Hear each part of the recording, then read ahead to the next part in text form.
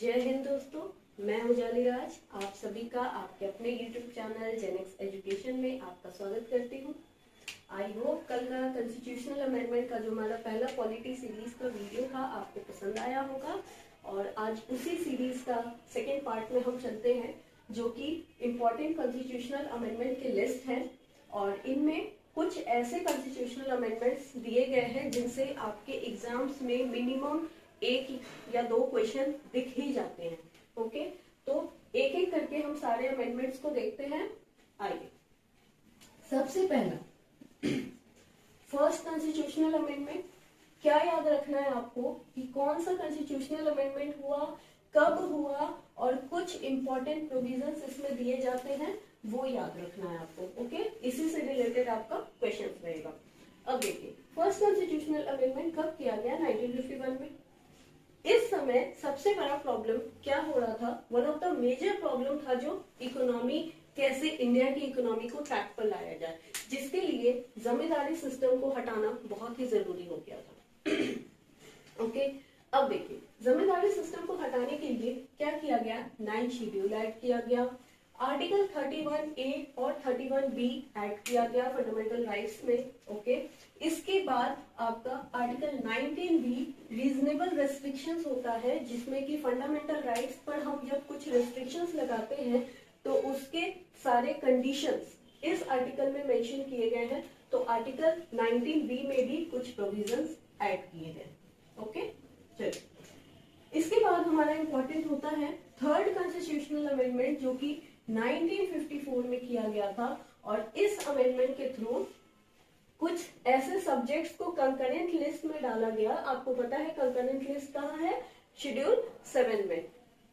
तो ये concurrent list में किस चीजों को ऐड किया गया था? फूड ग्रेन्स, रॉ कॉटन यानी खाद्यान्न, कच्चा कपास, और पशुओं के लिए चारा। ये 3 टॉपिक्स को कहाँ ऐड किया गया? कंकरेंट लिस्ट में।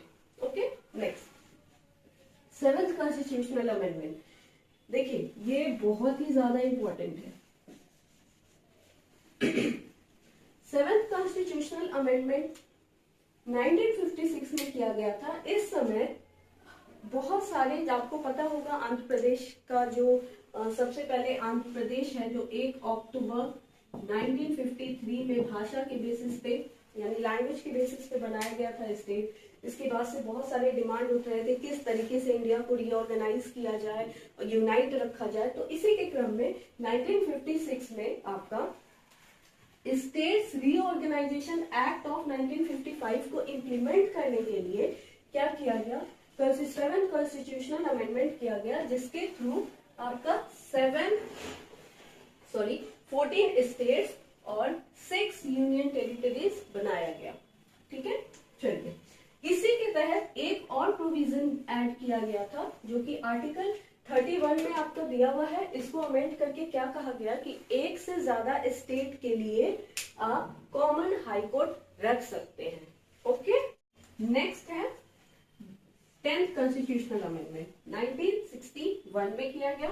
इस अमेंडमेंट के थ्रू दादर एंड नगर हवेली को भारत में जोड़ा गया as a union territory. Okay, और ये किसके अंडर था? पहले पोर्तुगीज के अंडर था। फाइन, चलिए आगे देखते हैं। अब है 11th कॉन्स्टिट्यूशनल अमेंडमेंट एक्ट 1961। ये 11th कॉन्स्टिट्यूशनल अमेंडमेंट एक्ट 1961 से क्या किया गया था कि जब भी प्रेसिडेंशियल और वाइस प्रेसिडेंशियल जो इलेक्शंस होता है, आपको पता है कि ये इलेक्टोरल कॉलेज का प्रोविजन आर्टिकल 54 में दिया गया है। तो ये इलेक्टोरल कॉलेज में वैसे मेंबर्स होते हैं जो इन के इलेक्शंस में क्या करते हैं? वोट करते हैं। तो इस कॉन्स्टिट्यूशनल अमेंडमेंट से ये प्रोविजन दिया गया कि अगर इस इलेक्टोरल कॉलेज में कोई वैकेंसीज होती है, अगर मेंबर्स कुछ नहीं होते हैं, तो इस ग्राउंड पर प्रेसिडेंशियल वाइस प्रेसिडेंशियल इलेक्शंस को हम कोर्ट में चैलेंज नहीं कर सकते हैं। Okay, next 12th constitutional amendment act 1961। इसमें क्या किया? गोवा और दमन एंड दीव को इंडिया में इंक्लूड किया गया, भारत में इसको लाया गया। किसके थ्रू, किस किससे लेकर के लाया गया? पोर्टुगीज से लाया गया। ठीक है, आपको पता है इस साल 2021 में गोवा ने अपना कितना 50th एनिवर्सरी, लिबरेशन एनिवर्सरी मनाया है। ओके, चलिए नेक्स्ट है 14th कॉन्स्टिट्यूशनल अमेंडमेंट एक्ट जो कि 1962 में किया गया था। इससे दो प्रोविजंस मेन है जो आपको ध्यान रखना है।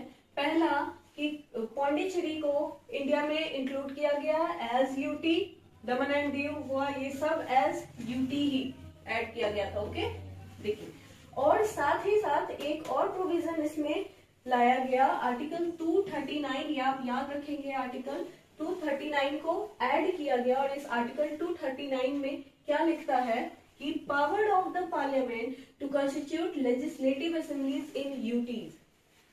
कहने का मतलब है कि इसके पहले यूनियन टेरिटरीज में लेजिस्लेटिव असेंबलीज का प्रोविजन नहीं था, तो इसी अमेंडमेंट के थ्रू यूटीज में भी, यानी यूनियन टेरिटरीज, पौंडीचेरी हो या फिर दिल्ली हो, ये सब में आपका लेजिस्लेटिव असेंबली बनाने का प्रोविजन लाया गया। Okay, next 15th constitutional amendment act 1963। ये इसमें क्या किया गया, आपका जो हाईकोर्ट के जजेस होते हैं उनका रिटायरमेंट एज कितना होता है? 62 इयर्स। ओके, तो ये 62 इयर्स, पहले 60 इयर्स हुआ करता था, इसी को बढ़ा करके 62 किया गया इस अमेंडमेंट एक्ट से। Next is 18th constitutional amendment act जो कि 1966 में आया। और इस अमेंडमेंट के थ्रू क्या किया गया कि यूनियन टेरिटरीज को स्टेट वर्ड, ये जो स्टेट वर्ड है, इस स्टेट वर्ड कहाँ पे मेंशन है? आर्टिकल 3 में, जिससे कि रीऑर्गेनाइजेशन किया जाता है स्टेट्स का।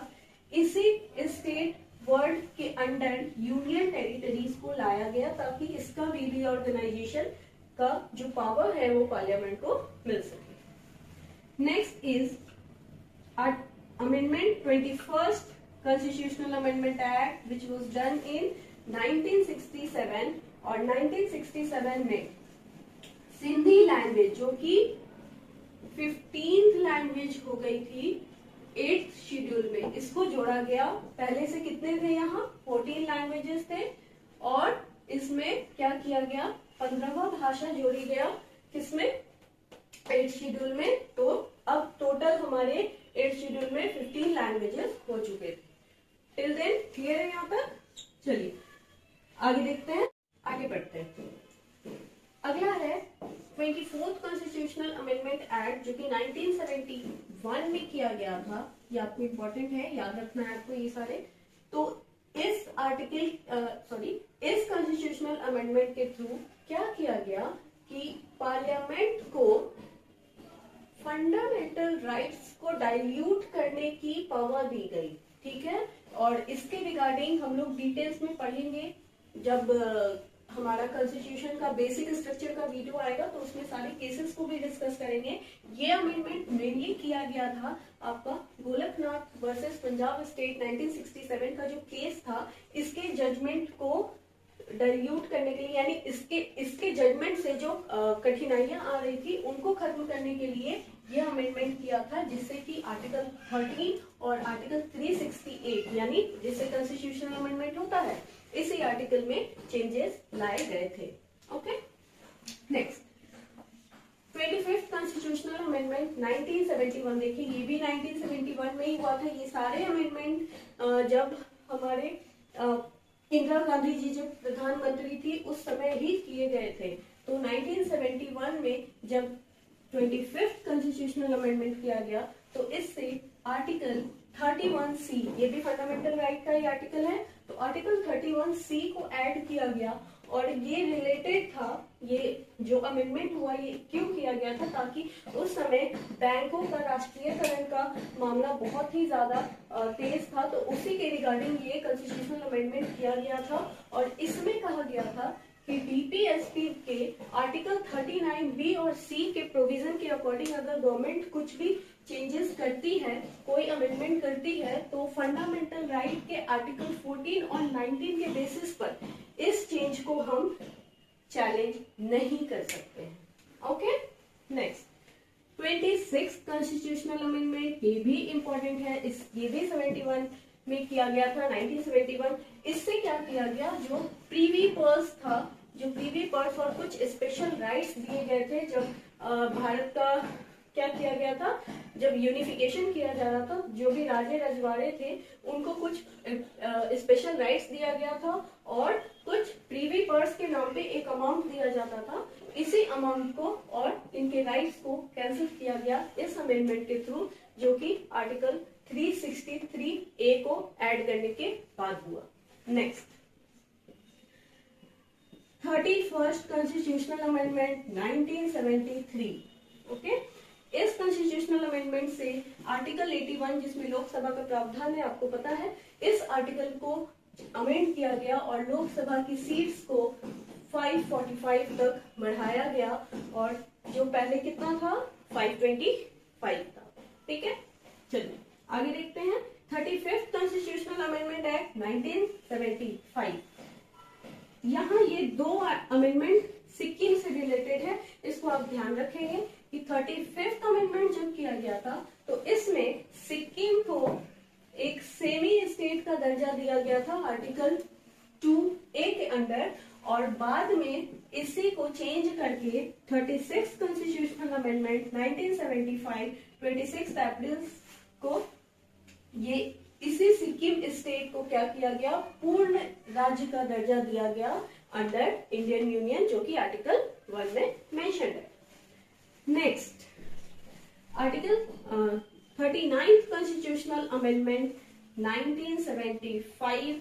इसमें क्या किया गया था, देखिए इसमें कहा गया, उस समय का जो सिनेरियो था, जो इंदिरा गांधी का जो इलेक्शन, प्राइम मिनिस्टर इलेक्शन हुआ था, जिसको हाई कोर्ट में चैलेंज किया गया था, इसी के रिगार्डिंग जो भी डिफिकल्टीज हुई थी, इसके लिए ही ये कॉन्स्टिट्यूशनल अमेंडमेंट एक्ट लाया गया। और इससे क्या किया गया कि कोर्ट को ऐसे सभी मामलों में इन्वेस्टिगेट, यानी जो आपको पता है आर्टिकल 71 में, मैं लिख देती हूँ, आर्टिकल 71 में ये प्रावधान है ना कि अगर प्रेसिडेंट और वाइस प्रेसिडेंट के इलेक्शन में कोई डिस्प्यूट होता है तो सुप्रीम कोर्ट उसके डिस्प्यूट को सुनवाई करेगा और इन्वेस्टिगेट करेगा। तो इसी प्रावधान में को खत्म कर दिया गया था। साथ ही साथ लोकसभा स्पीकर और प्राइम मिनिस्टर, इन सभी से रिलेटेड अगर इलेक्शन का जो भी चैलेंज है, इसको हम, इस प्रॉपर्टी को खत्म कर दिया गया इस कॉन्स्टिट्यूशनल अमेंडमेंट से।